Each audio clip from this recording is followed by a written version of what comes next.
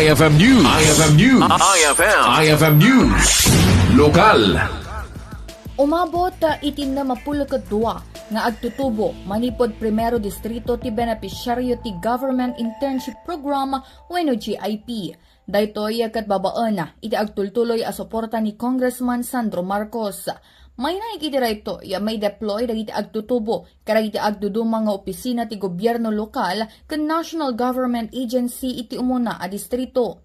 Tinasa o programa kat mangipaay oportunidad karag iti Agtutubo tapno mayam amuda iti narwaya klase ti trabaho ken posible aserkanda kalpasan ti naipaay nga oras karag itoy.